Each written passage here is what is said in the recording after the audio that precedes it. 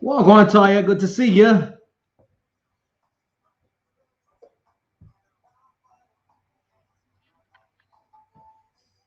Hey, Joanna Marie.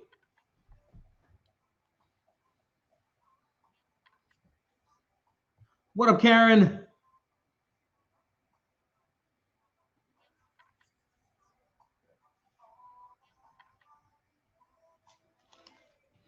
Where's that? No sound?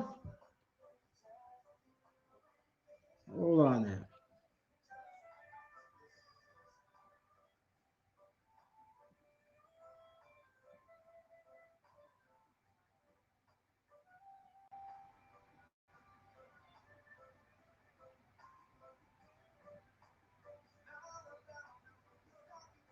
The cards I'll open, even the gifts under the tree.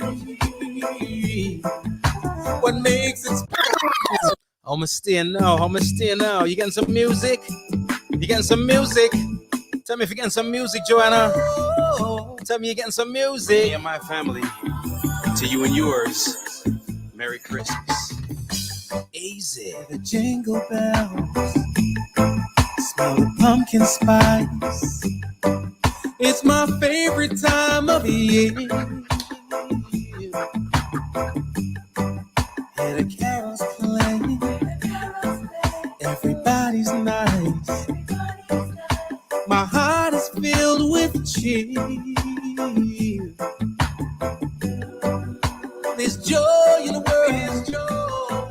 It's a silent night. And my wife is sound asleep. It ain't about the stocking stuffed, the cards I'll open, or the gift under the tree. What makes it special each and every year is she's here with me. How could it be at Christmas the whole world can feel? It's Christmas. Gotta love you all, man. Thank you. That I need. It's Christmas. It's just you and me. This Christmas, a single day. I'm a single day. You see my baby girl, my baby, yeah, was so far away. So far away. We made it through by phone call. We made it every single day, checking every single day. See, now I'm happy, yeah.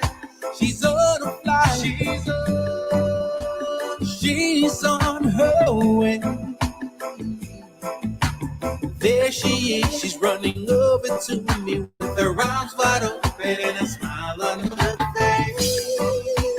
How could it be? Oh, it's Christmas. The song's called It's Christmas. It's yours truly, it's G. Cole. It's Christmas. This one was released yesterday. Brand spanking new song. If you ain't got it, go get it, all right? It's iTunes, Spotify, wherever you listen to music, it's there. This Christmas.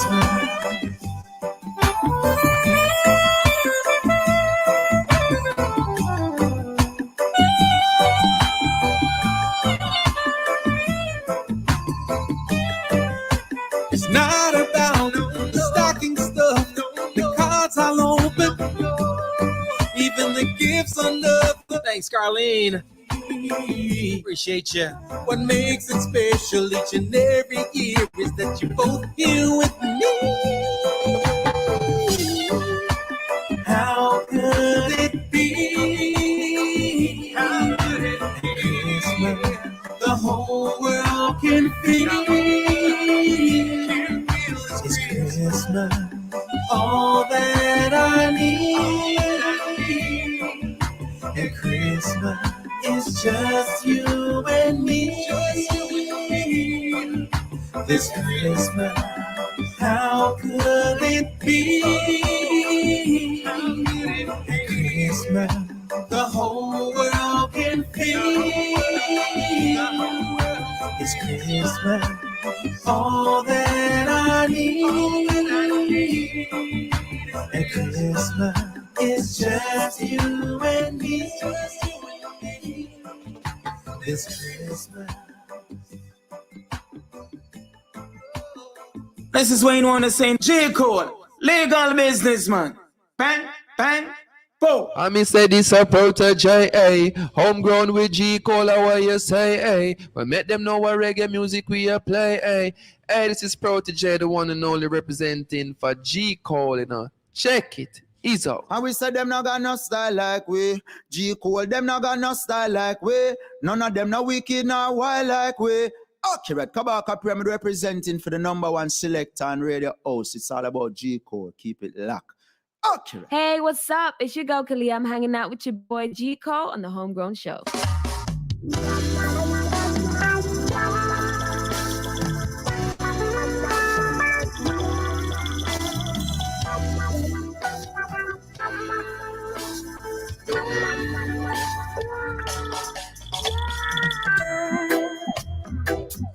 Yes. Welcome on and all. It is Homegrown with G. Cole coming to the Massive and Crew live. All right. Got to big up everybody watching in on YouTube. Of course, large at the Massive watching in on Jamaicans.com. And of course, those watching on Homegrown with G. Cole platform. I appreciate y'all big time. All right. It's a vibe, man. It is indeed a vibe. I got to big up everybody that's going to be listening in on Rubber Ranks Radio. All the Massive listening in on Real Vibes Live. Everybody listening in on Just Me Live 11. Everywhere. All the outlets that carry the show. I appreciate y'all. All right. Remember, if you haven't yet subscribed to the podcast, Homegrown with G. Cole is available on iTunes, Spotify, TuneIn, Stitcher, Google Play, iHeartRadio, Radio.com, YouTube, wherever you listen to your podcast. Yeah, baby. We are there. What up, Maclita? Let me first of all, I apologize. All right. I'm a guy here trying to multitask. I'm on the road. You see, we look a little different, not in the studio. So we got little things going on. So like my dear friend says, I was jamming out and y'all weren't jamming. So I have to pull that song from the top. All right. That song right there is my latest single, just dropped yesterday, the 17th of November. It's called It's Christmas. All right. Courtesy of Aqua Records. And of course, that's my Christmas, my heart and soul for Christmas coming out to you. All right. Because here's the deal. Well, go on, Kiki. All my people, Paul, Ann, Corinne, what up, Carlene, Paul, Joanna, everybody. It's a vibe. Tell your friends to tell their friends to join us right now. Share the link, man. Get them because we got a great show for you. Beverly, what's up? Taya, what's up? Everybody. We got a great show for you. I'm talking legendary stuff. So the holidays are upon us. I mean, you know, every time I talk about Christmas at this time, people say, yo, it's not even Thanksgiving yet. Well, I mean, we ain't got no Thanksgiving songs. I got to drop Christmas songs, right? But Thanksgiving, especially when you're from the Caribbean and stuff like that, it doesn't necessarily resonate the same. We appreciate the time off and the time to hang out with family and have a good time. I'm not giving that up for the world. But the Christmas thing resonates with us a little bit more because that's part of our culture from youth. Now, as you grow, some people may embrace it less or more based on whatever your belief system is. A lot of people don't believe in the whole thing. Some people do. To each his own, right? Me, it's not so much about the traditions and the rituals of Christmas, but more so what Christmas has become for me. And that's why when I was writing that song, Christmas for me, growing up, I was in church. So I did the church plays, the Christmas pageants, and all those stuff. Did all that stuff, choir, all that stuff. All right. Mom, my family, Christmas is a dope thing. And the traditions and the rituals that come along with it. And of course, I'm in Ocho Jamaica. So there's a lot of partying and stuff like that when it comes Christmas time. Right. As an adult, Christmas takes on a different meaning for me. And that started with my daughter. You know what I mean? My daughter at a young age was away from me in New York while I'm here in South Florida. So each year, though she'd come for summers and sometimes Easters and whatever, Thanksgiving sometimes, but that was our time, right? And we'd be on the phone just planning and getting ready for Christmas, and then come Christmas, when she comes for Christmas holidays, is this little tiny girl covered up in the biggest jackets and this and that because she's coming from the cold. And that I look forward to every year, and that's what Christmas was for me.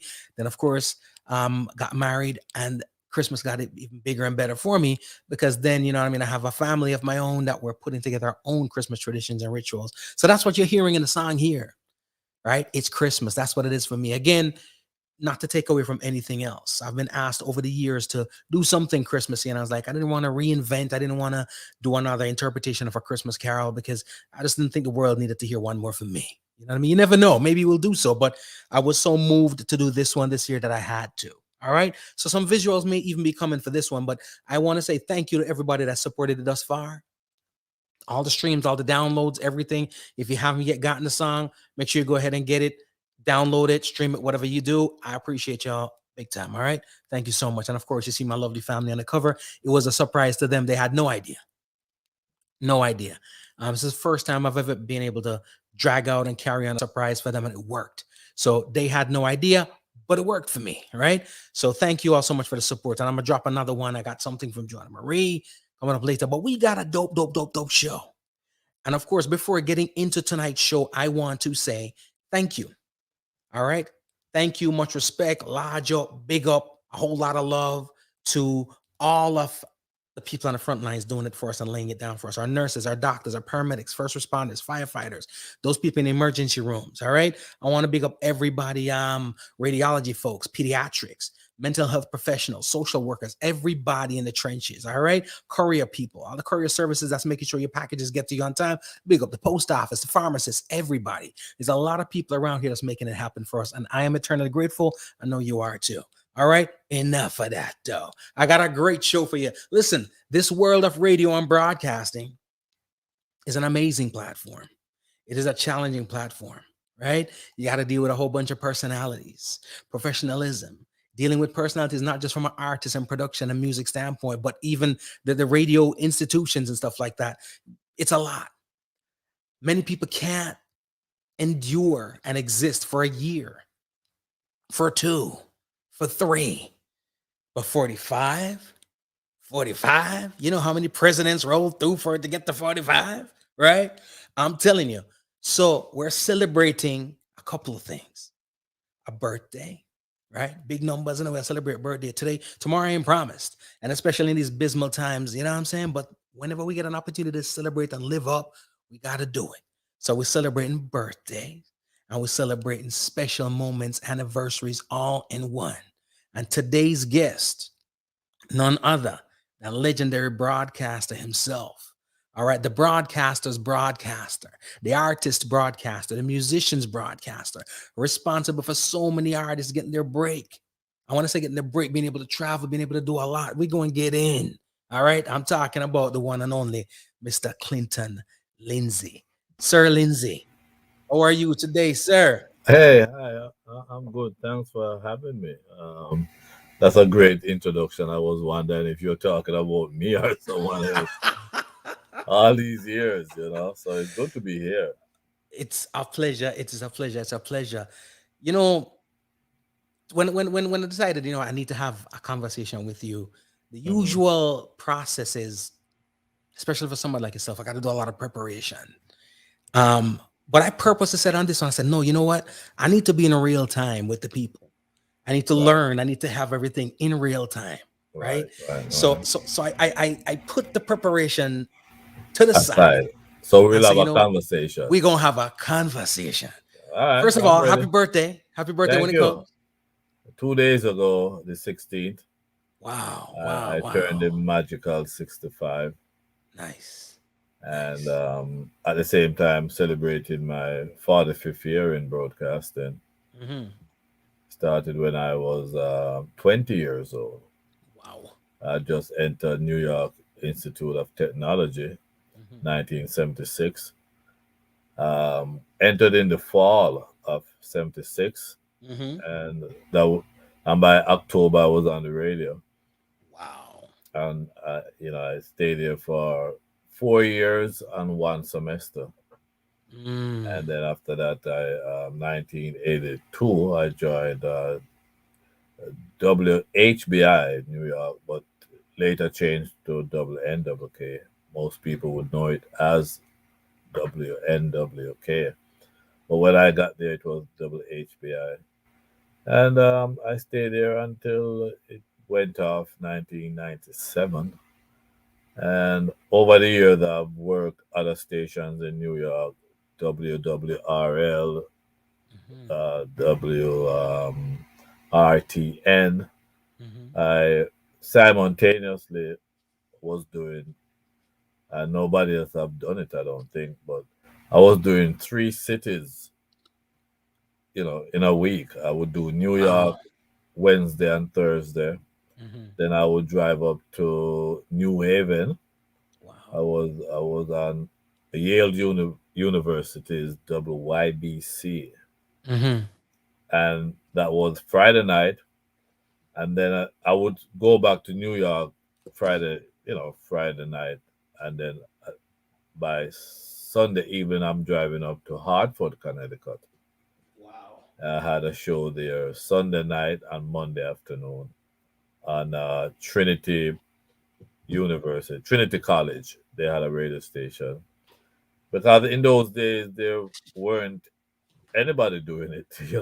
Right, So right. I made it my commitment to service these three cities.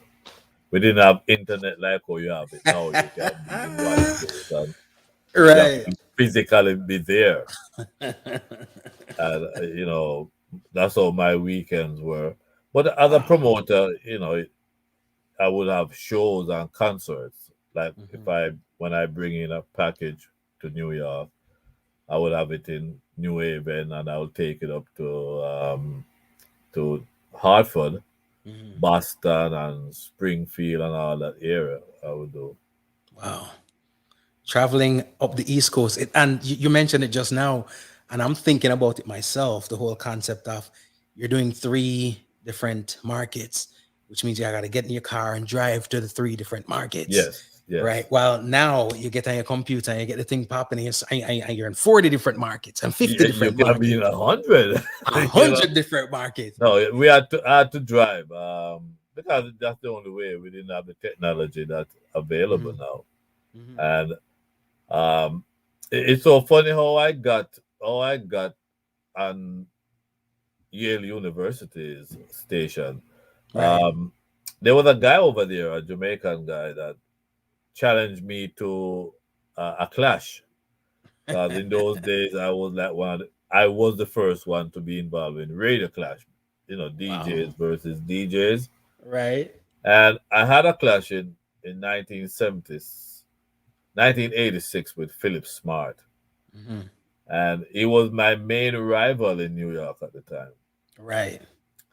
And after that, no, that after that clash, it became a thing where other DJs now wanted was to challenge me, Mhm. and they would invite me, and I was doing my show one night, and this guy called Jones said that you know he knows he can beat me in a clash, and I'm like, man, I've never even heard your name. Who are you? And the callers now start to say, yo, Mr. Lindsay, go up, you're going to beat the boy. I'm going to come murder the boy. Because I wasn't interested, to be honest with you. Right. And we decided we're going to go to New Haven. And we went that Friday night. Oh, after the clash and the beating I gave him, within a week, I got a call from his station manager offering me a slot on the station. Because I've never heard anything like what I was doing, the kind of music I was playing, you know. Wow. And that's why I got on the show. That's on that radio station. Show improve. Yeah, Show and then improve. once I started doing that, no word got out that I'm in New Haven. Then I got another call from Hartford that they would, you know, if I can, they have a slot they would like me to come do. And I said I would come, you know, because from New Haven to Hartford, it's another 100 miles going Right. north. So I said Right. I will take it only if I get another slot to do my R&B stuff. Cause I love R&B. Right. And they said, okay, I could do it Sunday night from midnight until 6. And then what I would do, I would leave from the studio, go to the hotel, um, sleep until 11 o'clock, and then the reggae show on the same station would start at 3. Right. So I would do R&B from midnight to 6, go to the hotel, get some sleep, and then come back to the station for a 12 o'clock show. Wow. And then after that, drive back to New York. Sometimes I'm just so tired, I'll just stay overnight in Hartford. Wow. That's dedication. And I did that for about 5 years. Wow. So that means right about now going simulcasting in multiple markets from the comfort of your own studio. Oh, ain't gosh. too much. Ain't too much. Yes. But, and in those days, we had the big, the crates. Yep. Where you have your LPs and your Yep. 45. I would have like 6 crates because I have multiple formats. And them heavy. I would just everything in the back of the car, in the trunk, and you just let's go. Let's head to New Haven and Hartford. Wow.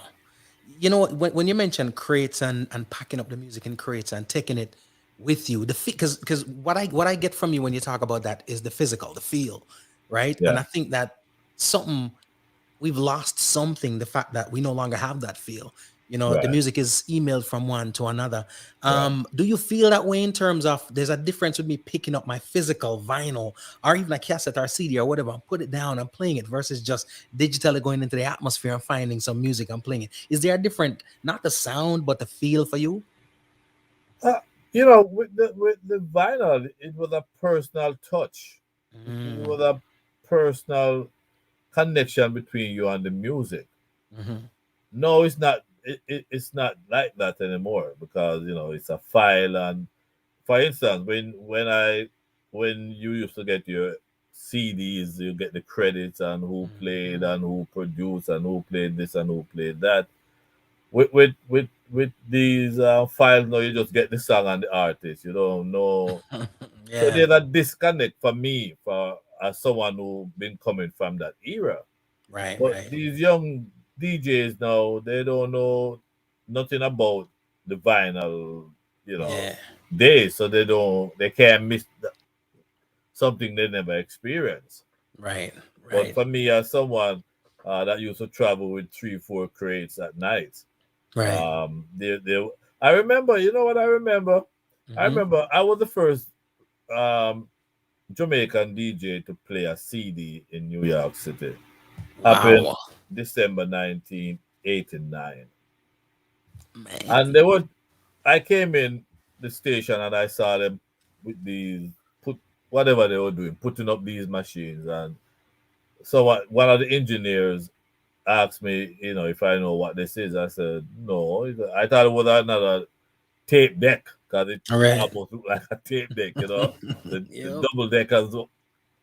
And I said, no. He said, well, this is the new thing they call compact disc. Right. What they used to call it back then. And I was reluctant. I said, I don't, I'm not gonna touch this thing. I don't care.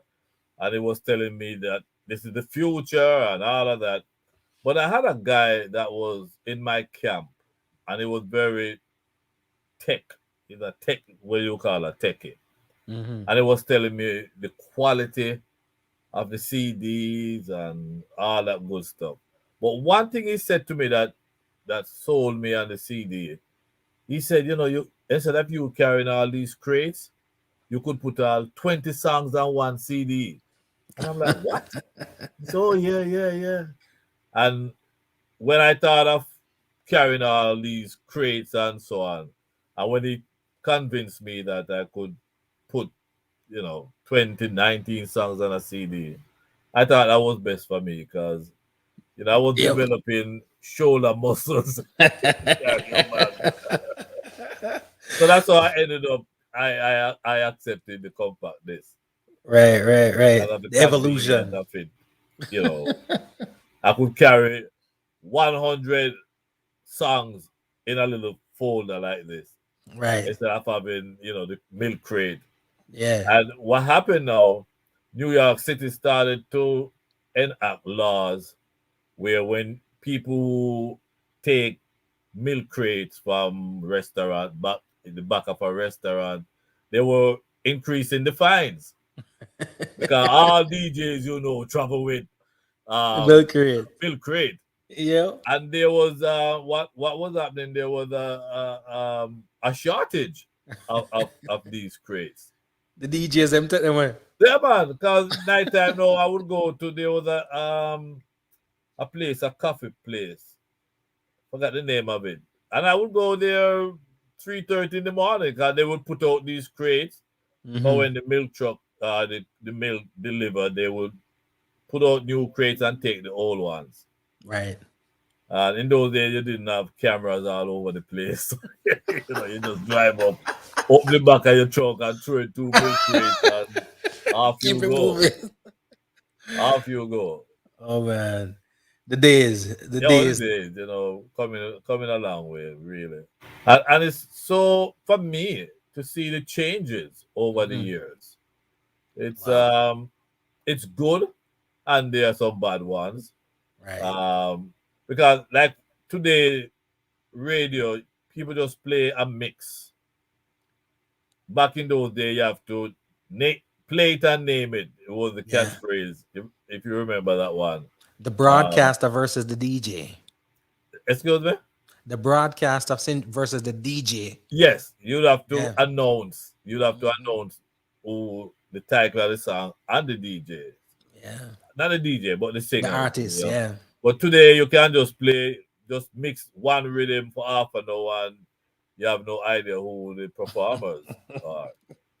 And it does an injustice to the artist as far as I'm concerned because, it's funny. I get pushback sometimes on some of the platforms I'm on. The show is on maybe 15 platforms now. And there are times when, they'll tell you, listen, I love what's going on, but the pause in between. But to me, I think I have to, as a broadcaster, do a service to the artist. If I play a song and the song is good, the world needs to know who it is. Exactly. And you get those pushbacks. When you started doing this, if somebody had said to you, 45 years, you're gonna be at this 45 years. Mhm. What would you have said at that time? I would say yes. Yeah, Because you loved it that I much. wanted to do. I never wanted to do, and my family, they knew my dream from I was maybe 7 or 8. They would know that is what I want to do. Wow. So if someone said it to me, then I would say, yeah, that's what I'm gonna do. 'Cause it was just a mission on my part. It was something that I got the right training, Right. and I set out to do. At one point, I was, when I was up on graduation, I was getting into, my major was communication arts, right? But my minor was political science. Okay, gotcha. And I was a professor at the school could have hooked me up with ABC radio. and I would have been a political reporter, international reporter. I would be sent to the Caribbean, South America, wherever conflicts Right, were at the right, time. right. And just upon graduation, I was gonna take that job, but there was an incident in Nicaragua Mm-hmm. with the Sandinista where they had captured some foreign journalists Mm-hmm. and they kidnapped these journalists. And my grandmother was like, "Hell no." He ain't going to- So that's when I gave that part up. I said, okay, I'll just be a disc jockey. But I was if if I didn't if I wanted to, the professor, and this is why, when you go to the right school, you are trained by people that are in the industry, Mhm. and they were gonna hook me up to go to Nicaragua, and I like, I would go. Right. That's part of, you know, a part of the business of being a political reporter. You go Right. to hot spots, Right. Yep. and you but when that thing happened, it was like it, it was at the worst time because I Right. was ready to go and then it happened. If Mhm. I'd gone there and then it happened, then I would be already there, Right. Right. Right. but But to so that walk was into the that, thing that scared my grandmother. I can absolutely imagine. Now, when I talk to a lot of broadcasters that I have relationships with, they chart you as one of the major inspirations and influences, right? Quite a few. Who was your influence? Who was your inspiration when it came to radio and broadcasting? Um, Growing up in Jamaica, you know, I was so curious and I was very, uh, I don't know, you want to say nosy, but I was a curious child. Hmm. And in those days, the radios in Jamaica, they were like tube tube radios, Right. meaning it wasn't um, um, transmit transistor like what we have today. You got Right. to turn it on, and there are tubes in the back of them, Hmm. and the tube would take maybe about 30-45 seconds to warm up, and then you start to get the sound of the volume start coming up. The higher the volume, Right. the tube is getting warmer and warmer and warmer. So Right. as a kid, Right. I used to go behind the radio. Yeah. I have little holes in the back so it could get, it wouldn't overheat Right. the radio as Hmm. ventilation for the tubes. Right. And I swear those little men, the men were on the radio were back there somewhere. And I always go to the back looking if I could see them before they come to the microphone. And you're talking like 5 or 6. And then when they used to read greetings on the radio, greetings, I didn't know it was letters sent in or they were reading it. I thought when they said, greetings to my mother in Clarendon, my uncle in St. Thomas. And Right. he would say that like 5, 6 times. And I'm like, then how many mothers does he have? How many uncles? He have an uncle here, yeah.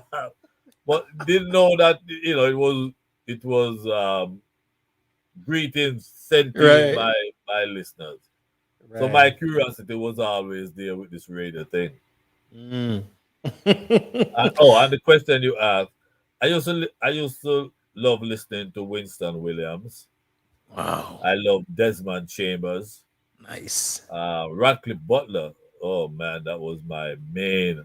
Wow. And when I came to New York in '73, I started listening to Ken Williams, Hmm.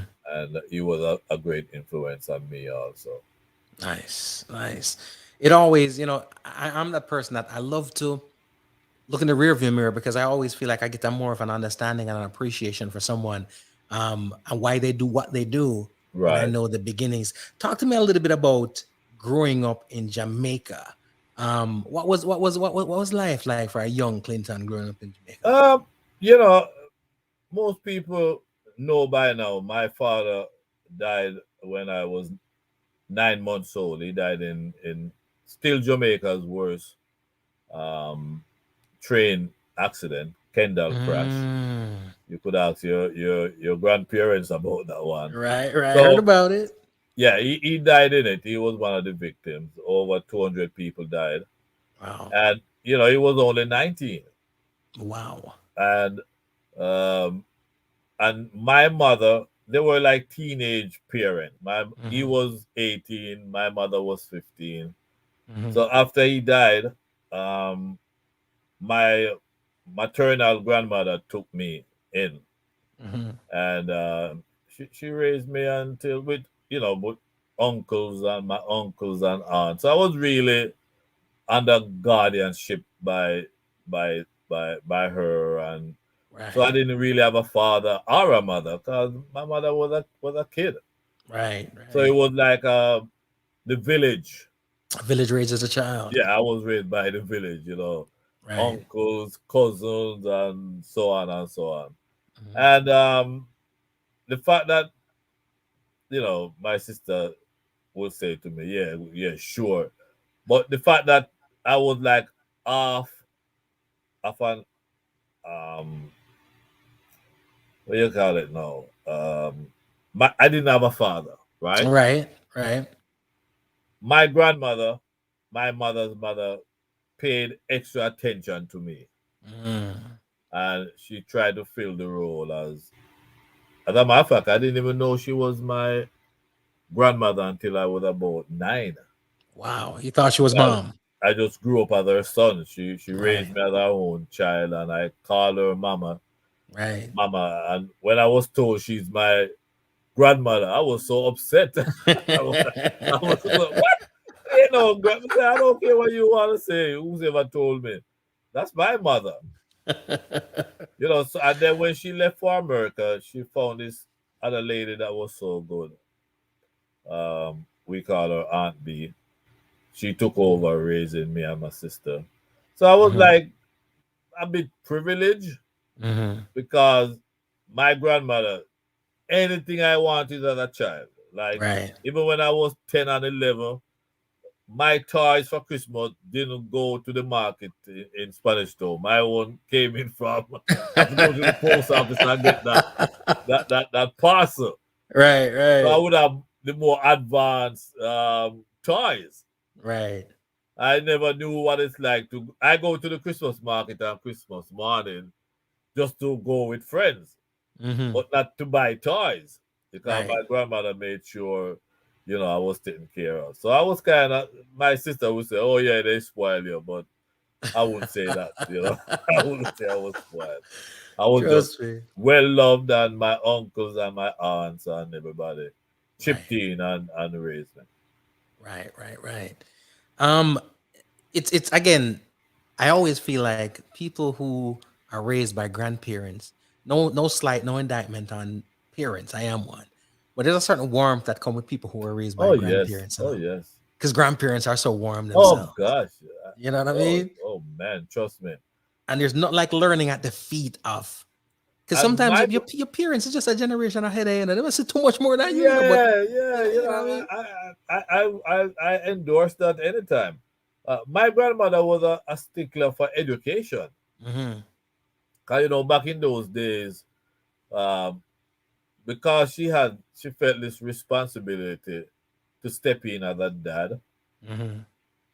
She didn't allow me to go to the canal with the other boys. Them, Right. I'll go here, I'll go there. It was always go take a book, go Right. take a book. You remember Go that? pick up your book. Go take up your book. And I Yep. didn't get to go, where kids would go to things. She, for her, she'd have to be, she had to feel comfortable to know that I will be okay. Right. One time I joined the Boy Scout. I was like maybe 9, and the guy talked to me kind of rough, like when I get back, the Scout Master. Mm-hmm.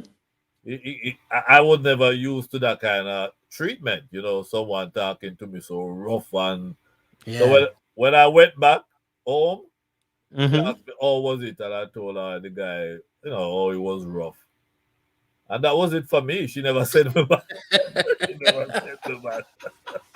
The Grandma said, first thing nope. was, well, I don't talk to you like that, so nobody has the right to talk to you like that. You're not gonna go back. I say, hey, He said, so not my my sister baby.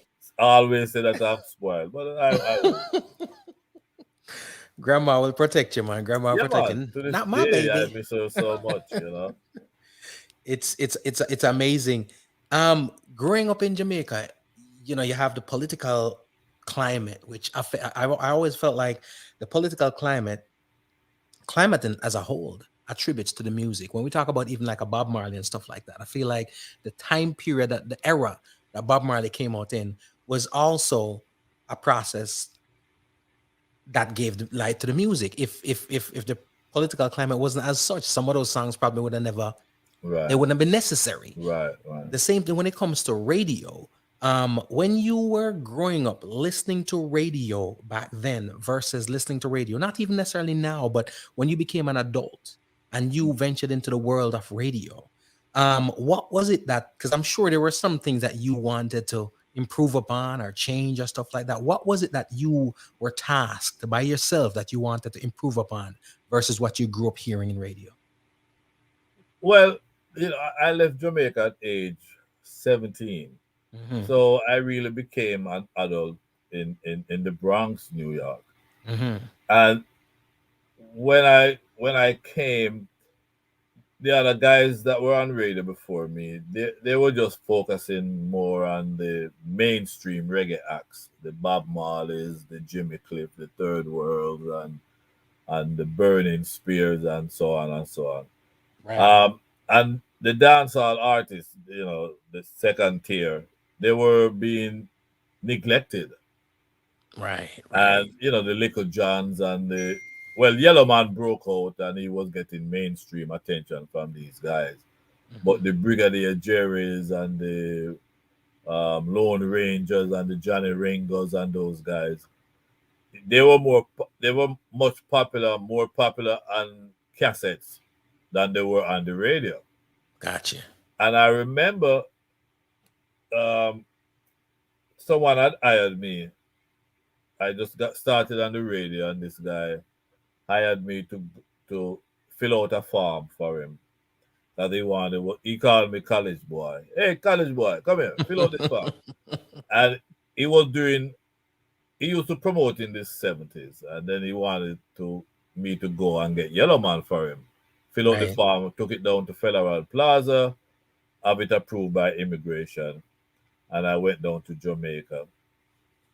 And he was when I went to Jamaica and I saw the condition, the first person that I ran into in terms of, you know, wanted to say yes, it was Little John. Wow. And I saw going down to Jamaica, I'm saying, man, these guys, I'm gonna be driving around with this guy, because like a Little John had like 3 songs on the WLIB top 10. Mhm. So with my American mind, thinking that when you have 3 songs, you're rolling in dough. Yep. That's where I went with intention. And I remember when I saw Little John, and he came up to me and said, "Are you named Clinton? Lindsay? Are you come for me?" And I'm like, "Yeah, but the clothes he was wearing, the shoes he had on, for someone Right. that have 3 big tune in America, that shouldn't be." Right. Right. Right. And he asked, I said, "You want something to eat?" I couldn't even finish the sentence. Right. He jumped in the car, in the taxi, and he took me to this restaurant and said he was hungry. Right. And while he's there eating, I'm telling him 3 big songs that he had. Hmm. One was "Say What You're Saying," um, "Girl Across the Ocean," and a third one. Hmm. And I started singing. Well, he "Say What You're Saying" was an adaptation of an old Dennis Brown song and so on. Right. "Girls Across the Ocean" Little John did not know that song. I had to be singing the song to him. Wow. And then when I reach a certain lyric, him say, "Oh, my girl Sally," because that's what he named the That's song. what he called the song. Right. Exactly. I just said, no, it's Girl Across the Ocean. The trick in those days was to change the title of the song. Right. So he couldn't, and sometimes they use different artists on the label. Right. That was all intentional. Right. And when I saw that, and he was just eating this thing, this hot food, just eating it like he haven't eaten all day. Right. I mean, I felt so bad for him, and that's when, in that moment there, I decided, these guys, this needs to stop. These guys need to know, people have to look out for them, and that's when I made the commitment to start to focus on that second tier artist, Right. while everybody's doing the Jimmy Cliff and so on. Right. And my first package that I brought in to New York in September 1983, Peter Metro, Buru Legend. Banton, Legend. Philip Fraser, Lady Legend. Anne, Wow. John Wayne. Wow. That was my package, the first package, Madu. And that's when people started to take notice of me. Said, those other DJs on the radio that's doing the Jimmy Cliff and so on, they were accusing me of mashing up the business because they Right. call these artists Booga Yaga artists and Clinton Lindsay and Booga Yaga artists and so on. Because, Right. and I use my platform on radio to play them and give them that exposure. And that's how it all started. Wow. You mentioned that, and I don't think that has changed to where radio, um, and of course, everything serves its purpose. Try to focus a lot on the established acts while almost ignoring the up and comers. And when you talk about the up and comers, it's not even a testament or a lack thereof of talent, because a lot of the second tier artists, as we mentioned, they possess the same level of talent. They just haven't had the break. Right. So, they haven't had the break, yes. They haven't had that opportunity. Another thing is, when I speak to a lot of artists that are here now and are doing well, and they mention how they got into these markets. And we talk about the markets that diaspora have a strong presence, the New Yorks, South Florida, and so forth. A lot of people many names have mentioned to me that it was you who brought them into the US for the first time to do a show. How did you make that? I don't want to say transition, but seamlessly slide over from being the broadcaster on radio to the promoter of shows? It was both complement each other. Because even when I was bringing these young artists, it was the radio that I used to promote them. I used the radio, my program. So, I at the time I was wearing several hats. I was a radio jock, I was a promoter, booking agent, artist manager, publisher. Wow. These are the things I had to do to be able to break these artists, because nobody else there to do it. Right. And once like when I brought up that package with Peter Metro and Buru Banton, by the time they got back to Jamaica, they were another set that that was ready for me. Wow. And the story is that when Peter Metro told me about Papa San. Never heard of Papa San. Wow. And then when I got Papa San, there was another person that told me about another guy and another guy. There was like a chain reaction. Right. And you'll find artists just lining up because of they want to make themselves, presented to me one way or another. So I have had cases where I remember Red Dragon. Right. When they bust with that tune, All Afresh. Right. And I went down to Jamaica and I tried to get him. But his manager was telling me she was giving me some outrageous price for him and how many people travel with him. And I thought it wouldn't make sense. Number one, too much money, and a one artist traveling with 4 or 5 people for a one song didn't worth it at the time. Right. So I said, listen, I'll pass on this offer. A Right. year and a half later, I went for Sanchez, Mm-hmm. but Sanchez, Red Dragon, Daddy Lizard, and Flower Gun. Mm-hmm. That's the package. You can't take one and don't take Right. the other. Right. And when I eventually met Red Dragon, he was like, "Yo, big man, I can't believe my big tune ain't no come for me, boss." I said, "Dragon, what are you talking about? I came. Right. Your manager said that she needed $6,000 and she need." He said, "What?" And I mean, I said, "No, I'm not gonna. You're not worth that much money, that expense." Right. And then he just start shaking his head and call her name like she. I said, "Boy, I'm gonna tell you, Betty Joe is something else." So here was an artist with a big tune, and he's looking and looking and no Clinton Lindsay. It's like, Right. 'cause that would be the opportunity to cash in. Because Mm-hmm. as you know, All Fresh was a big tune, Yup. and he never came to promote that tune because of the manager. Mm. So he never came on US soil to promote that song at that time. No, it's when It was I a strictly went Jamaica. for Sanchez. Sanchez was Mm. no hot with Loneliness Won't Leave Me Alone. Right. And I met this at the time. Flower Gun was the spokesperson. You meet. I went to Tough Gang Studio, and that's where I met Flower Gun.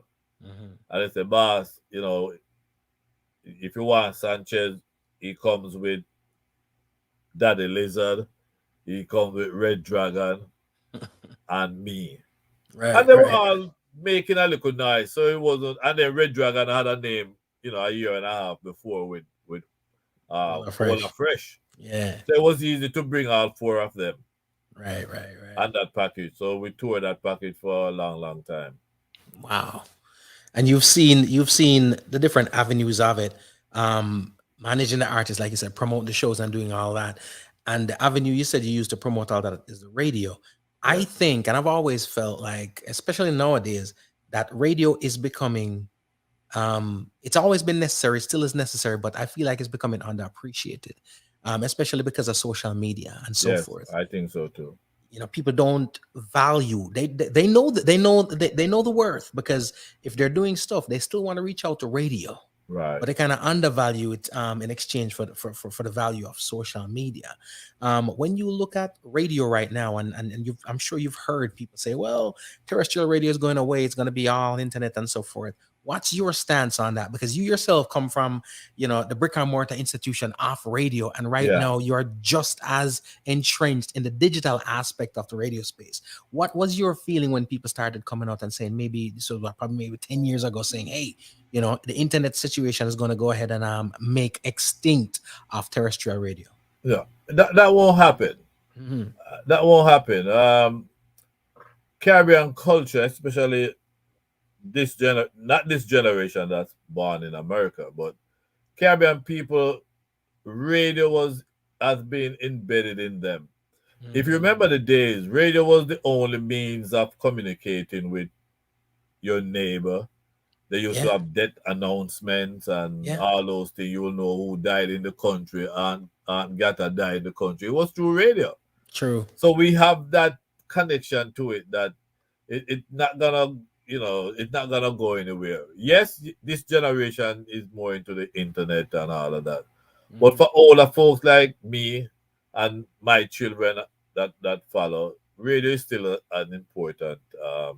And even with internet radio, people like to go in their cars and turn on the radio. Yeah. People like when they're going to work, turn on the radio. Coming from work, you listen to the radio. Mm-hmm. And with the radio, you feel that closeness. You feel like you can reach out to the personality. Right. Unlike, internet radio where it's just one guy just playing a bunch of a tune. Mm. Radio, you know, broadcast radio would give you traffic update and Weather. give you weather, Yeah. time, and all of that. And Yeah. a lot of people still rely on radio for information. Yeah. That's true. That's true. Because when I heard that, and when you think about it, even the terrestrial radio institutions, they have internet, outlets Yes, too. they do. And there's a reason for that. Yeah. But remember, when satellite radio, and I was involved in the when it first came on, it was called CD radio. It wasn't Sirius or what's the other one, XM. XM radio. It Yeah. was called CD radio because of the quality of the sound. Right. It was compared to the clarity of a CD. Right. And the talk was that it's gonna kill traditional radio. Even though a satellite radio can pick up a station anywhere you go in the US. Because the signal comes from the satellite above Right. us. Right. But there's a certain closeness, affinity with radio that not even satellite radio can eliminate that. Right. Because we still love to hear our DJs talk. Yep. And you still want to call and request a song. Mm-hmm. That just part of the fabric of our lives for the past 100 years. Right. That I really don't see going anywhere anytime soon. I agree. The thing with radio, broadcast radio, is that it's homegrown. Unlike the satellite radio, if you have a bakery on 441, or you gotta go to a local station, or you gotta go to satellite that broadcasts in Texas, what good is that for you? Right. You see, you're not gonna. The satellite radio will take national brand, but for a local mom and pop, Yeah. It's not they beneficial. need a local station. Yeah. That's true. That's true. And and over the years, as much as we've heard this, I have actually seen since, like I said, about 10 years ago when this conversation started circulating, I have actually seen more terrestrial radio stations come about than us losing radio stations. Than losing. Yeah. Right. 'Cause if you remember when XM and Sirius started, it was like $22 to subscribe and all that. No, you can't get it for $8.50. You can't get it. They give you the deals because people, it was good. Yeah, out of curiosity, people go there, but the music is different and it don't have the vibe because you cannot connect to the neighborhood as much as when you do broadcast radio. Because when it reeks of programming. Radio, it feels very programmed. Yeah, because you feel unattached to it. Yeah.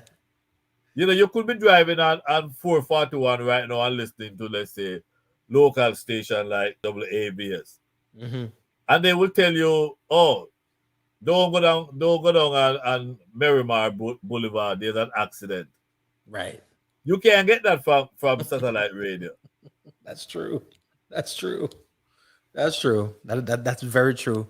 And that intimacy that it brings. Yes. We need that. And it's so, this generation is so unattached to anything, everything.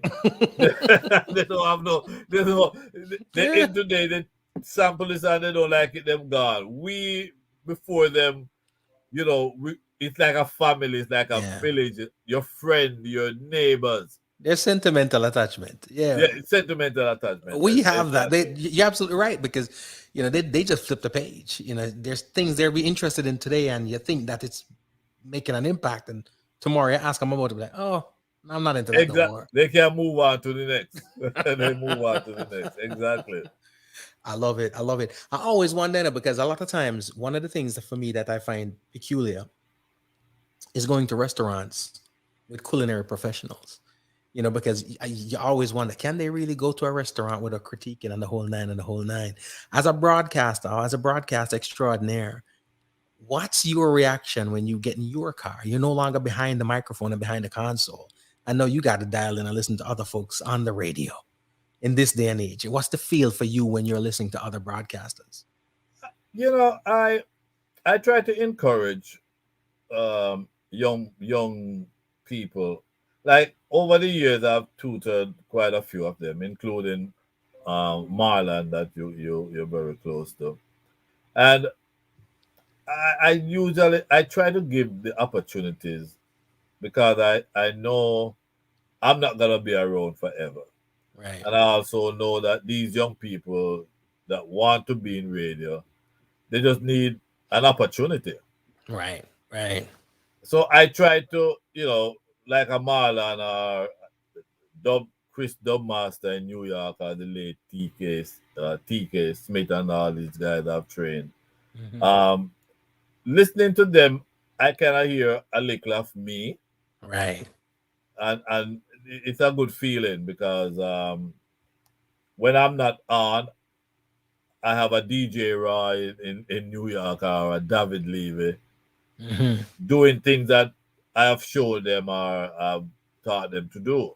Right, So in I always try to let them see the difference between just playing music and be a broadcaster. Because there's a big difference. right, right. So when that happens, it gives me a feeling of satisfaction. To be honest with you. I can imagine.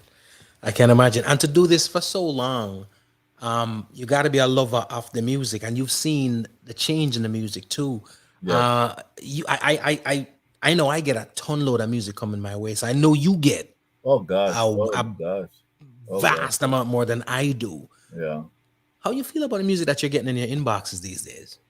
Oh, to be honest, I would say I have rejected maybe 80% of them. Wow.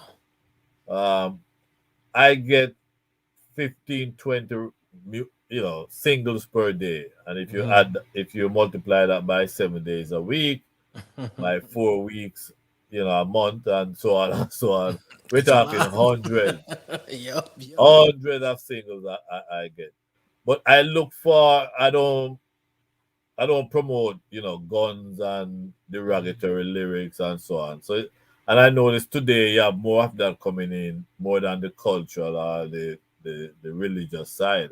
Mhm. So it's easy for me to say, no, no, no, no, no. So when I do get something you know, that is positive, Right, I will give it a second listen to. right. But the music has changed. A lot of hype in it now. Hmm. Everybody's hype and just want to get a hit song. Um, the producers don't spend enough time to really mix the tunes and properly. Uh, you know, it back in the day when a singer made a wrong note, Hmm. you go back in the studio and you correct that.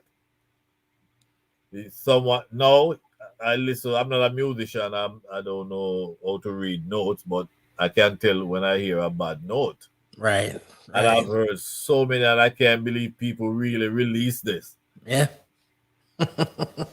I have, the people like Richie Stevens and Freddie McGregor, George Nooks, and all these guys. They still send me their songs to get my vibe and my feedback. Right. And when I tell them, yo, Freddie, what you think? Man, don't even send them thing to me. He will withdraw it. I would tell Right, Richie right, Stevens, Richard, that's a good rendition. I would play that right now. That song is coming out. And if I right. tell him the opposite, That's it's a not later day. it's going that's a dub right there. Or he's gotta fix what I have told him to fix. Right, right. Because it's easy to fix these things with the pro tool what they have now, and Hmm. you can drop in a note and take out a note. But a lot of these guys just want to have a hit, and they just in it's like mass production. Yeah, No yeah. time is spent on mixing and properly, mix the tune and sing it properly. Right. And that's very unfortunate. But there are still artists out there that's taking the time. There are still producers out there that's taking the time to do it right. That's true.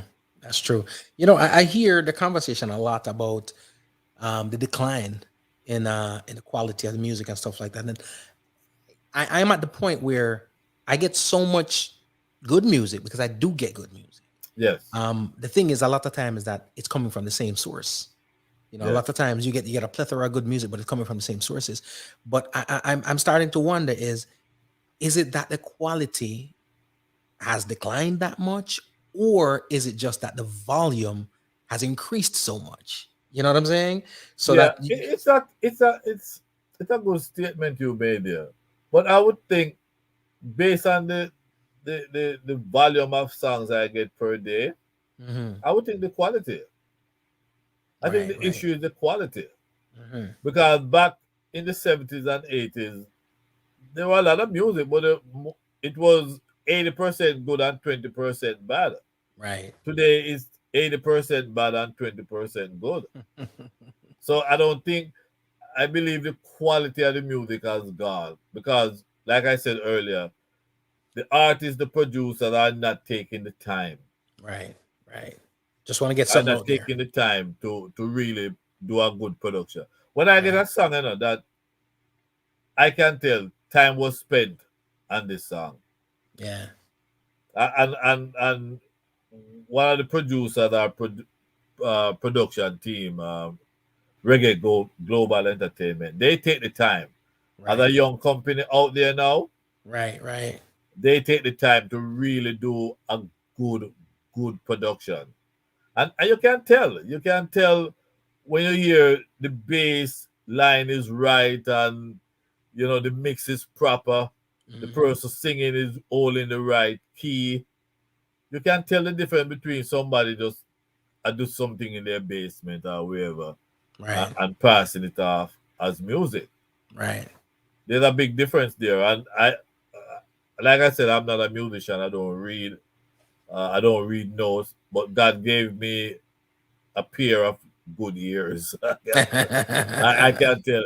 I, the first note, the first word or two that comes out of a singer's mouth, I can't tell if this song has any kind of potential. Right. Sometimes I'm Right. wrong, but for the most part, I can tell. For the most part, you're batting 100. You Yes. know, it's amazing again to talk to. I find so much value in sitting down and talking to people like yourself because you're also my window and my eyes and my ears and my introduction to a place that I haven't been. You know, until like when I had Bobby Digital in the studio and I said, listen, talk to me about D Brown because that's my favorite artist that I haven't met, but I'm about to meet him through you. You know what I mean? And it's Yeah. the same thing with somebody like yourself. Talk to me a little bit about the power of radio still today. I remember when disc jocks and on-air personalities would brag and could boast their contribution to establish an artist. I don't want to use the term break an artist because I don't even know if ever there was a one DJ that could break an artist, but they've claimed it. Right. In this day, 2021 and beyond, does any radio personality, any DJ, even a selector in the dance hall or whatever, do they still have the capability, the power? Do they still yield that will to break an artist? Can they still do that? I would have to say no because it is so saturated now. Mm-hmm. And to break an artist, you need a rotation of that artist's music. Mm-hmm. Mm-hmm. And today's radio personalities are more personalities than. 'Cause I, for me and my generation, people, in my time, we saw it as a love for country and a love for culture. Right. We Right. saw it as patriots trying to bring our culture into this new society. Mm-hmm. So we took it more seriously than today's disc jockeys. It's more of a hype and to get girls and all those things. Right. We in nowadays it was my purpose to be. Mm-hmm. It Mm-hmm. was my duty as a Jamaican to bring Jamaican culture to America. Right. Right. Today, I don't think most of these guys on radio think that way. Right.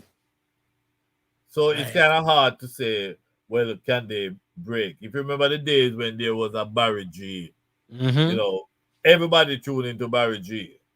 There was Right. a Clinton Lindsay. Everybody tuned into a Clinton Lindsay. Right. But today, there are just so many. You go on the internet on a Saturday morning. Oh my goodness. Oh my goodness. And like Yes. the old sayings goes, the cream always rises to the top. True that. So even though you might have a ton load of people on the radio, it's still not what a one Barry G or a one Radigan was back in those days. Right. Right. Not as impactful. And you can almost tell, like I said, half of it is purpose too.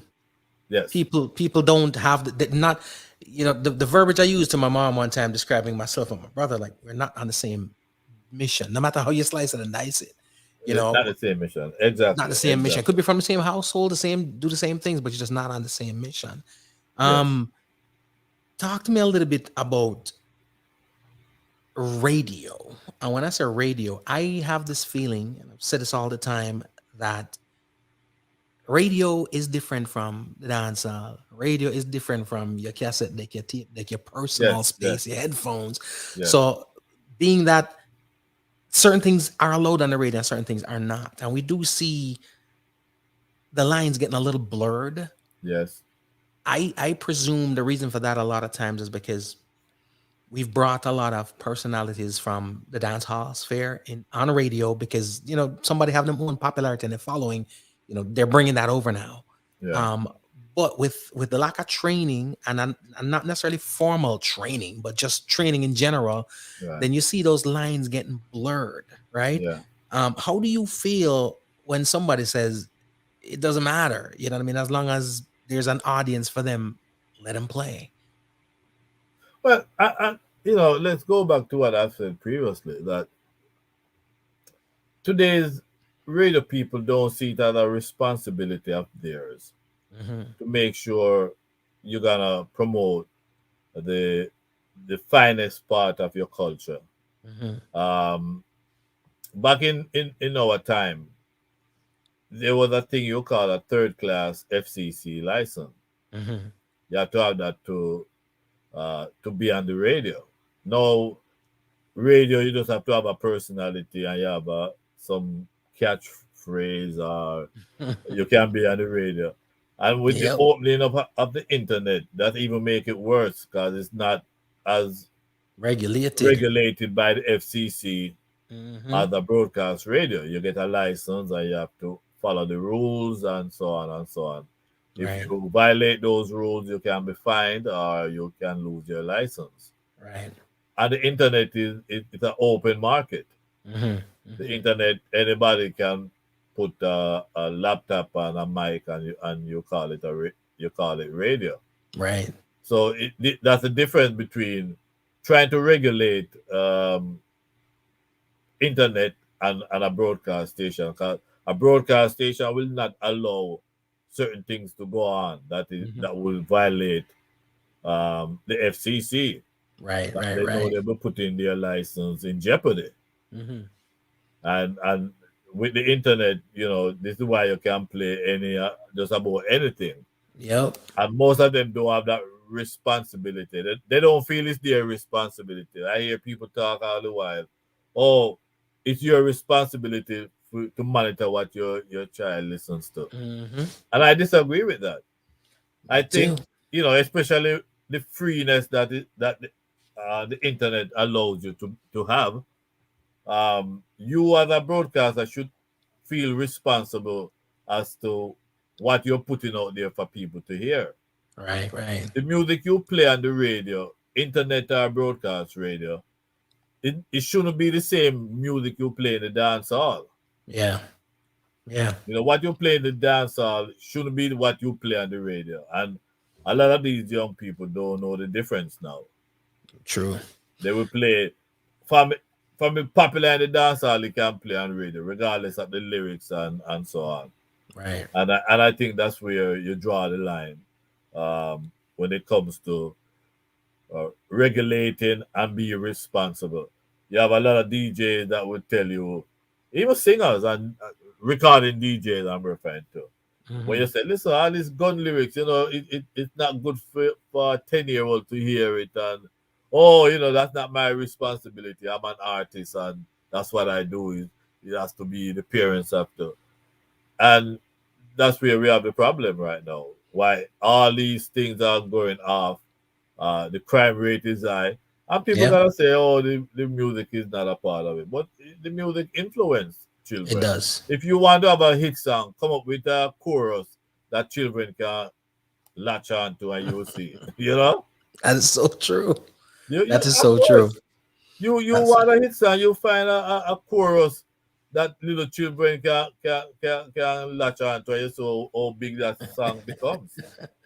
No, it's true. It is true, and I think it's people just trying to avoid responsibility too, because Yes, yes. at the end of the day they'll say it's not their responsibility to govern what you have your children listen to. But when you take the responsibility as the broadcaster to say, okay, well, since you won't take responsibility, I will, and I just won't play it, then all of a sudden, then that's a whole different conversation. Exactly, exactly. But that slides into also censorship. Talk to me a little bit about your view on censorship, because I hear a lot of people complain a lot of times that they don't think that certain things should be censored. My thing is, not everything to me is derogatory. It's just not age appropriate. There's certain things that are just not place appropriate. So there's certain music that, even though I'm like, I don't want to hear that on the radio, Right, if I'm in a venue and it's being played, it's not like I'm going up to the DJ and asking to switch it. But right, again, right, time and place. But then we have this thing now about censorship and the politicizing of radio. And this is not new. This has been around from the beginning of time and the right, beginning of right, radio. But when it right. comes to our arena, reggae and dancehall, we have found that censorship sometimes does come with a political connotation, which is like if you're speaking about certain things, even if it's not derogatory or whatever the case may be, it can be censored because the prime minister, that person or whomever might not approve of it. What do you feel about censorship of music in and around reggae and dancehall radio? As I've said before, there are certain songs that just not fit for airplay. I back in my time, I used to have, when I do the chart, um, I have a thing called not fit for airplay. Those are songs that are popular Mm-hmm. out in the streets, Mm-hmm. popular in the clubs, but it's not fit for airplay as it says. Wow. And I get people who would argue with me about it, but I take the responsibility of when it comes to public airwaves that um, I'm not gonna abuse it. Right. And Right. I think that when you label a song not fit for airplay, I didn't say it's not fit for the street or the clubs. Right. I Right. say it's not fit for the airplay, Mm-hmm. and that song can still be charted even though it's not being played. Because back in those days, it was the sales of songs and records Mm-hmm. that determined what was on the chart. Right. So I could call one of my stores that give me their weekly sales figures, and they would tell me a tune that is not. I remember having an issue with um, Pose Off with Red Fox and I think Shaggy or whatever. Mm-hmm. Very popular in New York. Big, big, big, big. But in the song, there are certain words that I don't think it was fit for radio. Right. Talking about woman titty and all those things. And I was like, nah, nah, nah, nah, nah. But what I would do to compensate was to play the rhythm, play the flip side of the song. Mm. So well, at least I'm playing the rhythm. Need a And I version did for the you. same thing with Buju Banton's Driver. Right. Right. I think Driver just went a bit too far. I Just think a little bit. Driver went a bit too far. And I was down here in Florida and I was managing this station, this community station. And I put up a memo in the studio. We're not going to be playing um, Driver. Right. And Buju got word of it. And Buju called me. Yo, Clinton Lindsay, Buju Banton. I said, where I said Buju? I said, boy, I'm here now, play the tune. I said, Buju, come on. You know, I want to hear the Till Shiloh Buju. Right. That's the Buju I want. But boss, Mm. me an artist and me have to satisfy everybody and you don't know everybody have to get my little thing. I say, fine. I don't have a problem with that. You give them over there what they want and you give me what I want. But when them have this driver, there was another song called Lick It Till It Bend, Bend, Bend. Right. Talking about some gun thing. Lick. I said, Buju, give if your fans and your artists and you have to satisfy everybody, give those people that want to hear Lick It Till It Bend, Bend, Bend. But give me Until I'm Laid to Rest and It's Not an Easy Road. That's what I wanted. And it was the arguing with me until eventually said, why? Sure. Yeah, all right, boss. All right. I hear what I say. And he left it alone. Right. Oh, That's respect, somebody though. said Mr. Lindsay label can't done on Dembow by Shabba, not fit for airplane. Of course, that, Dembow can't be played on the radio. And Shabba was my artist. There you go. He got a lot of flack for it. There you go. I was managing Shabba in those days, and not even him couldn't get me to play them tune there. Because those were club and dance hall, in the dance hall. Not fit for airplay. How difficult is it to maintain broadcast integrity? Because we live in a time right about now where popularity is so much key. Right. It's hard right to today. It's hard to today. Because especially like for I them said, young there's people. just too many of them now. Mhm. It's oversaturated. Yeah, it's I think it's a struggle, and I find just like artists cave, because I found some of my, in Jamaica we say good artists. Star, look what the good artists are doing. You know what I mean? So I've found that many artists that have been doing a certain type of music have caved in these recent times because of what I deem the social media aspect of it. I know artists that was doing reggae music and great music, and no indictment on dancehall because I'm a fan of dancehall music too. But you could tell they switched over to that because it was more of an immediate gratification from social Yes. media and internet hype, Easy way out. easy way out. But I also think that has made its way onto the broadcast platforms too, where some of these broadcasters, and I use the word broadcasters very loosely, um, are trying to get that instant gratification from that same audience. And I find that audience is not even the buying audience, They are the Right. fleeting audience that's just listening in, and you know what I'm saying? Right. And Right. versus those people who are buying stuff like that. You run your own network, right? The Yes. Foundation Radio Network. Talk to Yes. me a little bit about screening and content and so forth, because I was talking to somebody recently saying what I think is missing on a lot of upcoming network is content development, filtering content. Sometimes you just bring somebody on. How do you manage to evade and avoid ill content on your network? Well, when I'm for my network, I'm gonna recruit people that see things in a way that I see. Like if you are doing if I hear your program and you're doing the gun and the derogatory thing, you're not gonna be on the Foundation Radio Network. Mhm. And even though we are a dying breed, you Mhm. still have people like yourself. You could easily be on Foundation Radio Network. Marlon and Ed Robinson and those people, that I have on the network. Mhm. Because they have the same mindset. They're Right. not promoting, derogatory lyrics and the gun thing.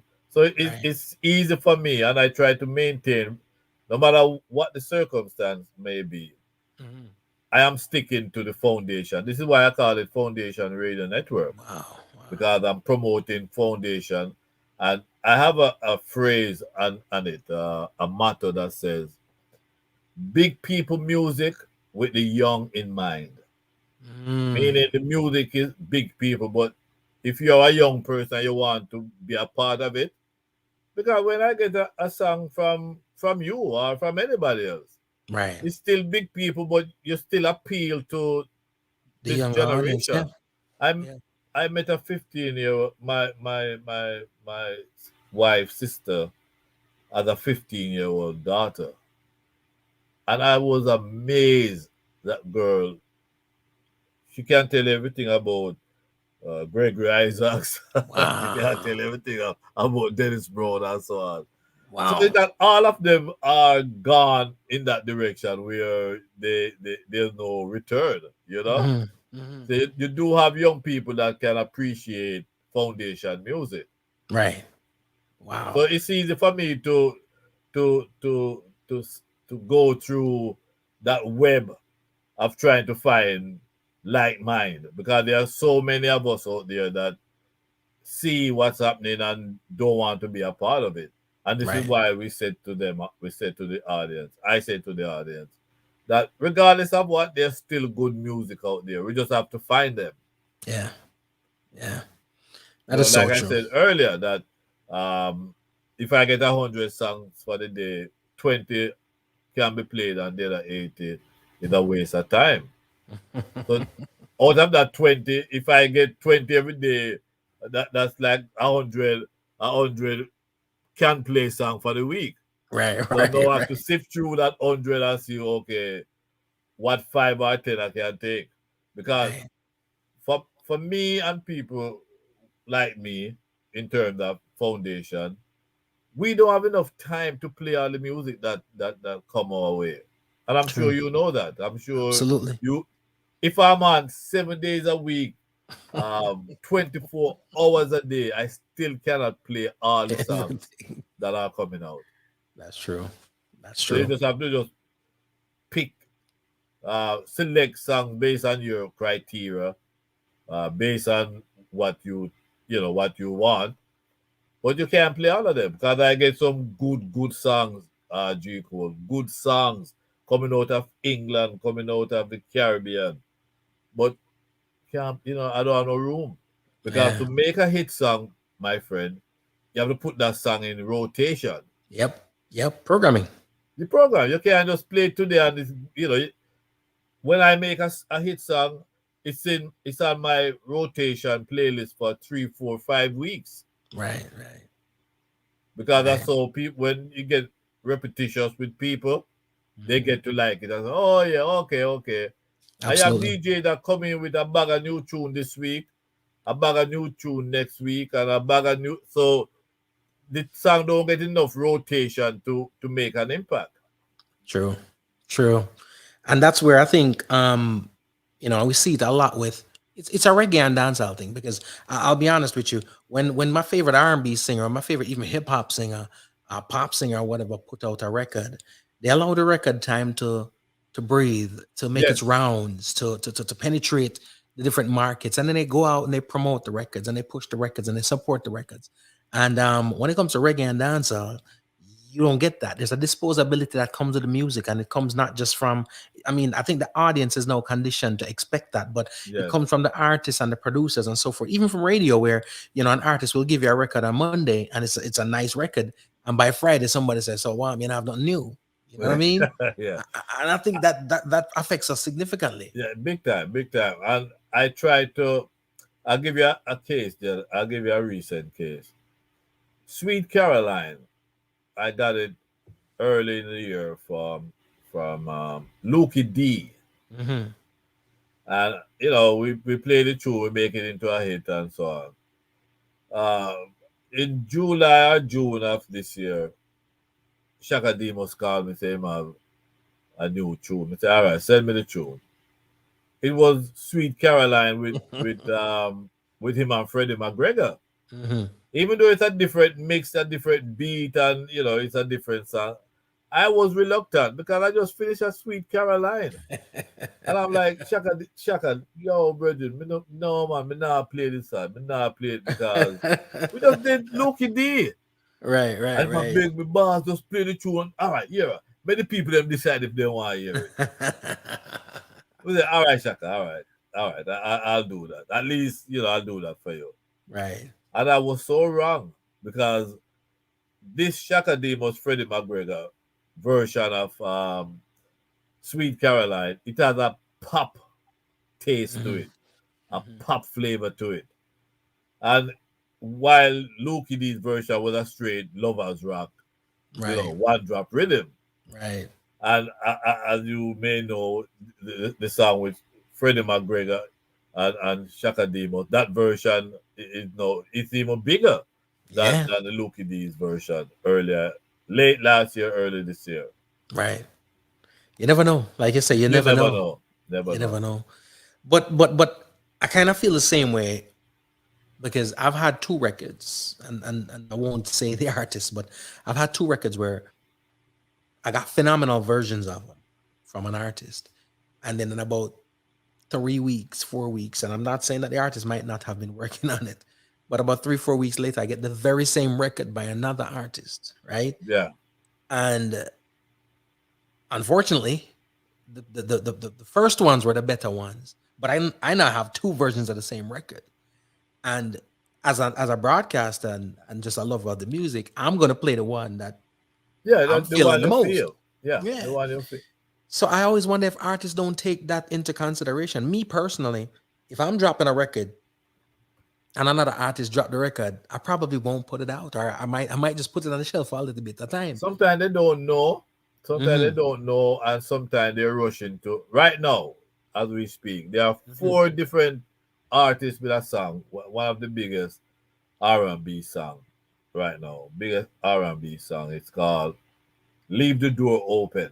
That's what I'm talking about too. That's one of them. You Yeah. have 2. I have 4. 4. And I'm like, okay. I got one. Just the last one I got now is from Anthony Cruz. Yep. I got one from Maxi Daddy P. Priest. Maxi Priest. Yep. I got one from out of England. Yep. Don't remember the artist's name. And 2 from England and Maxi Priest and Anthony Cruz. And I still haven't decided which one to play, which one to add. But to be honest now, this is what I have to do now, G Cole. Maxi Priest needs a hit. Right. Anthony Cruz currently has a song, I Lift Up My Eyes. Big tune. So I'm going to be the diplomat now. I'm going to wait. So, well, listen, Maxi Priest need a hit, really. Yeah. The Cruz already have a song. I can only play one. I can only add one to playlist. Most likely, I'm gonna add Maxi Priest. Right. Because Cruz already have a hit song out there. Right. And I'm surprised that Sanchez don't have a version of that song. If Sanchez came with a version, it's over. It's over. So this is why these guys better pray that Sanchez doesn't have one working on right now. Because nobody does a cover like Sanchez. Nah, man. I recall, and I don't know if it's rumors or whatever the case may be, but I remember back in the 90s, I was in Jamaica, and it was one of those weekends in the summer. LL Cool J was in Jamaica, Brian McKnight was there, the whole Manchester United football. I don't know what was going on in Ocean, but everybody was there. It was Motown. The whole Motown. Yep. Who else? Bounty Killer. Everybody was down there. Yes. And word was that Brian McKnight had heard a Sanchez version of his song and said, "Wow, this brother sing the thing better than me." I don't know how true it was. Right. But when Sanchez smash a song. And the one thing Sanchez is guilty as is that he has never read the lyrics of the original ones, because Sanchez has never sung over a song and sing the lyrics as the original artist did. Never. I mean, one or two, but he has to put his own flavor into it to make it more Jamaican. Like, for instance, instead of saying rubbing her with peanut butter, we will say rub her with guava jelly. Right. Make it more yard, you know what I mean? And that's what he will do with his songs. He does a great job. And some of them him completely butcher the lyrics, to the point where, I'm not gonna lie, there are a couple of them that after I actually started singing the wrong lyrics too. Because of Sanchez. him. Yeah. Yes. And then when I go back to the original Babyface songs, I'm like, yeah, Sanchez, I'll go out with. But And I think in this case it was deliberate mhm, because, like I said, um, he want he always wanted to put his stamp on it. If you remember right. 93, 94, Brown Eyed Girls and Mhm, all these big tunes, um, he had that Jamaican link to the song. right, And right, this is right. why when Sanchez does a cover, you come with your version. Yeah, You just park it because might if as you well. remember Tracy Chapman album there, Baby Can I Hold You Right, Tonight. right. That was one of the most covered albums out of America that Jamaican just swarmed Yep. because you have Foxy Brown, you have Sanchez. There's the album had like 9 songs, and I think 8 of them were covered Wow. by Jamaican artists. Wayne Wow. Wonder had a piece. I mean, it was just Yeah, uh, yeah, yeah, yeah. When one that did hit that one, yeah. yeah, man, fast car. Yeah, We you were, got a fast car. Yeah, yeah, yeah. yeah, Yep. and because of what they did, they made the singer Tracy Chapman even more um, popular than Oh yeah. because in New York when they were playing "Baby Can I Hold You Tonight," sorry, Mm-hmm. R&B station like BLS didn't even know about Tracy Chapman. Wow. It, Wow. it, it's the Jamaican version when everybody was saying, it was an adaptation. That's when WBLS found out that it wasn't an original song and Right. um started playing the Tracy Chapman with it. Right. No, it's true. It's true. And many, even some of the country artists too. There are a lot Oh of God, country they artists love that us. became, They love us. They love us. and then pop stars like the Bee Gees. A lot of those artists, they became the Bee Gees, Air Supply, and stuff like those. They are big in Jamaica, but a lot of the material was introduced via the covers. Yes, You yes. know, a lot of the Air Supply, and then they became main staples there in Jamaica. We talk about radio. We talk about the Foundation Network. Talk to me a little bit about how the Foundation Network came to how you started that, because radio is a heavy undertaking. You've been in the biggest institutions of radio and saw all that it took, all the cogs it took to make the wheels of radio turn. Right. Talk to me a little bit about your decision to venture into creating your own network. Well, it was a natural progression because I got to move with the times. And after I lost the station I was running down here, that was the next step to go online, Mm-hmm, and that's what I did. But to me, it's not what you broadcast on; is the content of your broadcast. right. To me, it's not broadcast station, internet, because it's a means of getting your message out there. It's the message that you're sending that makes the difference. Right, right. And I think that's why like the Foundation Radio Network is what it is today. Mhm. Because if you want to hear Foundation music, clean music, good presentation, you hear the artist and you get the song and title after that. This is what we do. I still try to run it like what traditional radio has been for many years. So Right. I don't think it's just how what you broadcast with from. It's the content of the broadcast that is important. That's true. That's true.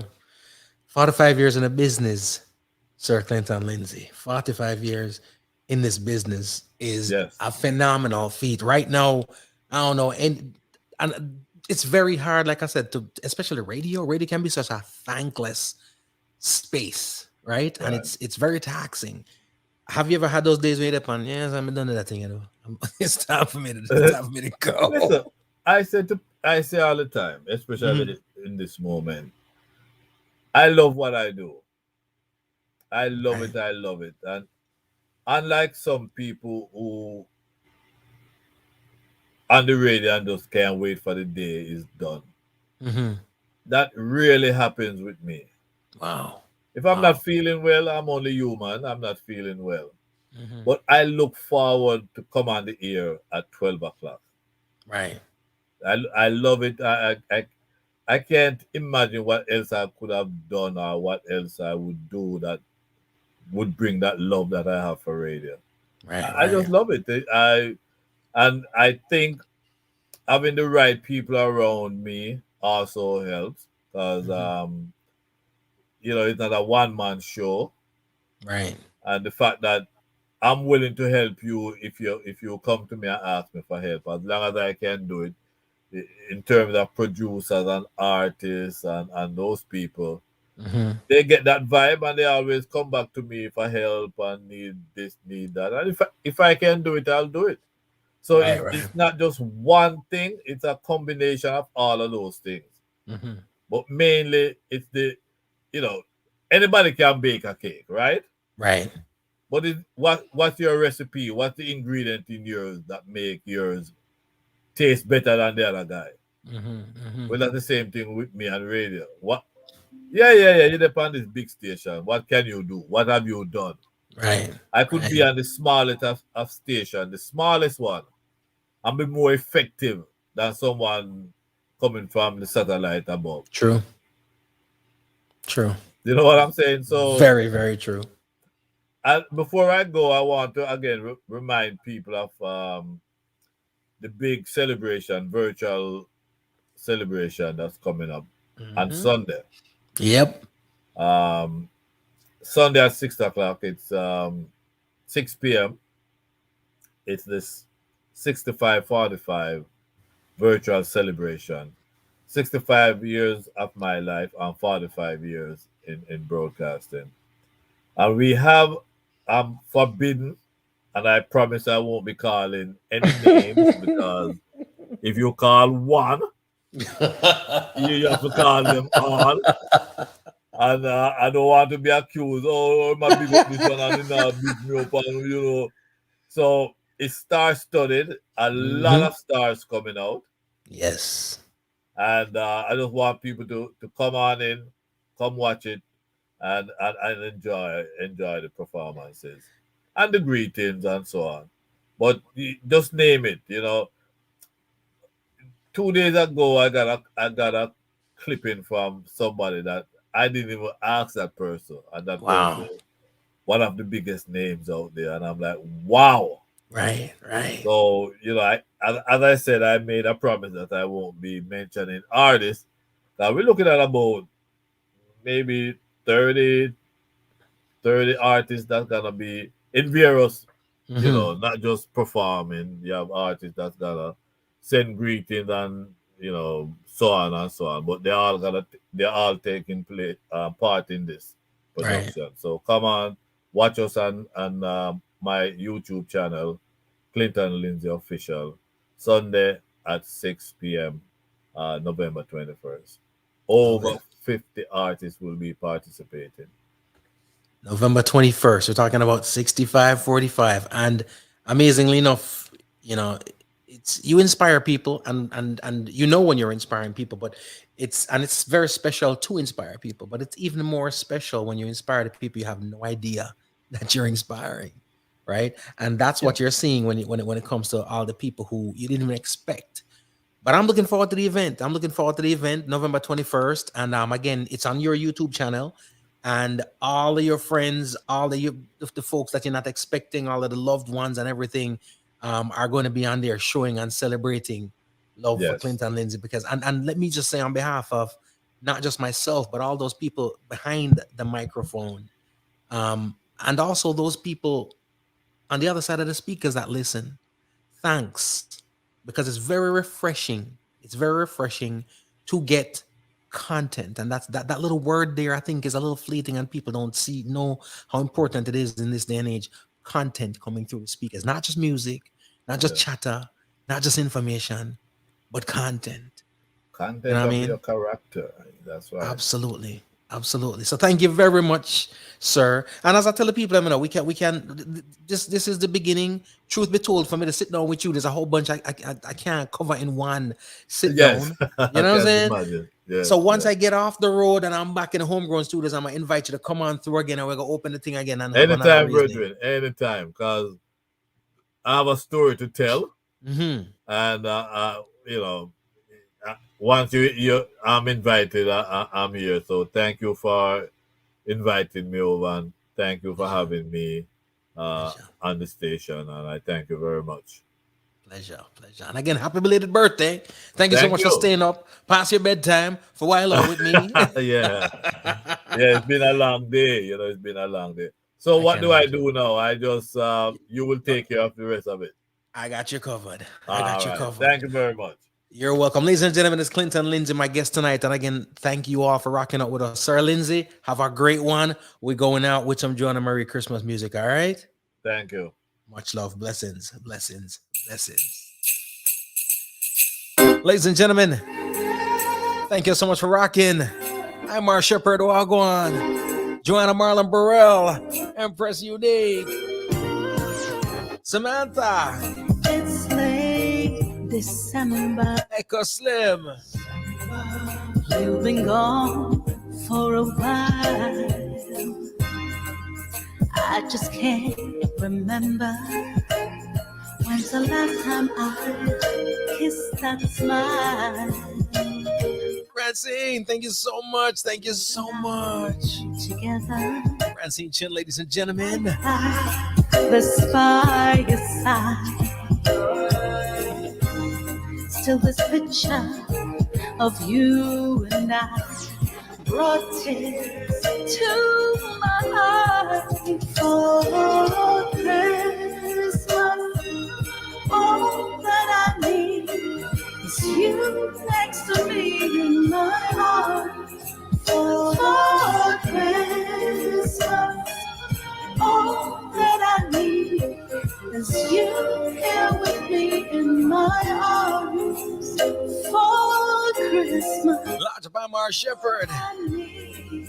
It's Christmas time, and we belong together. Christmas time. Thank you, Beverly. I appreciate you A joy very, very, very, very, very much. ever with you in my arms. I feel safe and warm with you holding me tight. This Christmas will be nice. You're listening to Homegrown with G. Cole. He's got a heart of gold. All that I need is you next to me in my arms. For Christmas, Delicious Mind Empress. all that I need is you Lodge of Lady T, I thank you so much. in my arms. Appreciate you. For Christmas, you're all I need. You're all I need. Baby, just us for this Christmas. You're all I need. This Christmas, you bring me joy. Together it's just us for this Christmas. You bring me joy, just like joy for Christmas. Romantic one. That I need Shaw Smith. you next to me A lot of babies after Christmas with them juniors. for Christmas. Yeah, man. All that I need is you here with me in my arms. Leslie, I got you covered. I'll drop it for you again. All right. You're all I got you, man. that I need is you next to me in my arms. For Christmas, all that Nakikinika sa música Homegrown with G. Cole. Estás escuchando Homegrown con G. Cole. 您现在正在收听的是 Homegrown with G. Cole. You're listening to Homegrown with G. Cole.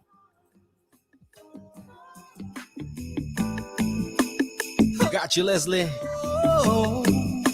From me and my family to you and yours, Merry Christmas. I hear the jingle bells, smell the pumpkin spice. It's my favorite time of year. Hear the carols playing, everybody's nice. My heart is filled with cheer. There's joy in the world. It's a silent night, and my wife is sound asleep. It ain't about the stocking stuffed, the cards I'll open, or the gift under the tree. What makes it special each and every year is she's here with me. How could it be at Christmas the whole world can feel?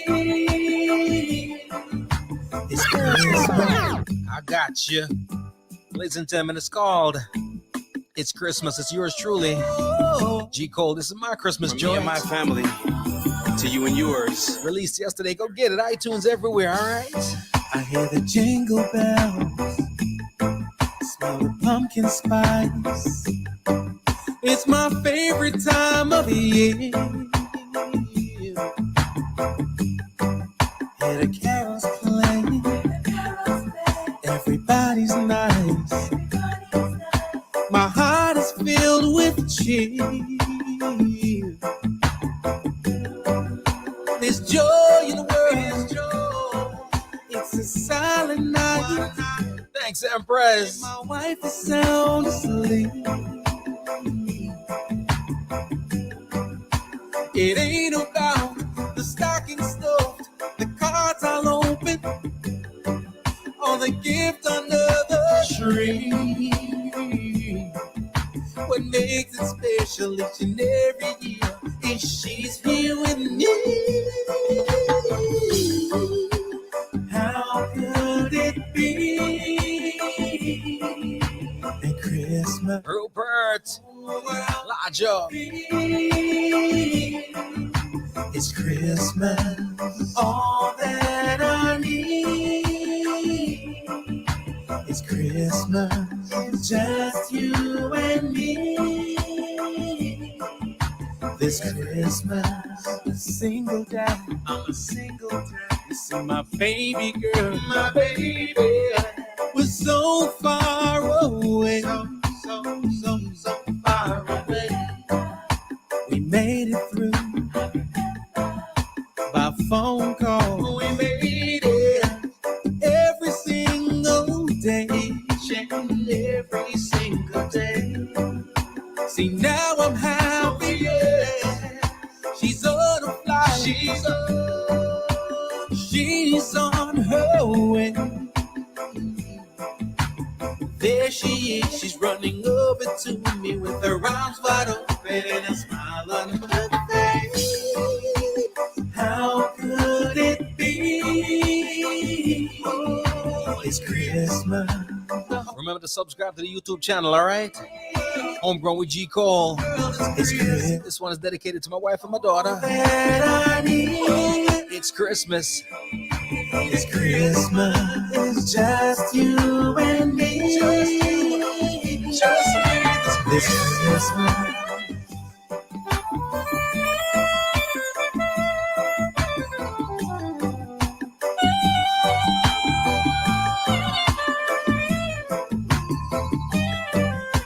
It's not about stocking stuff, the cards I'll open, even the gifts under the tree. What makes it special each and every year is that you're both here with me.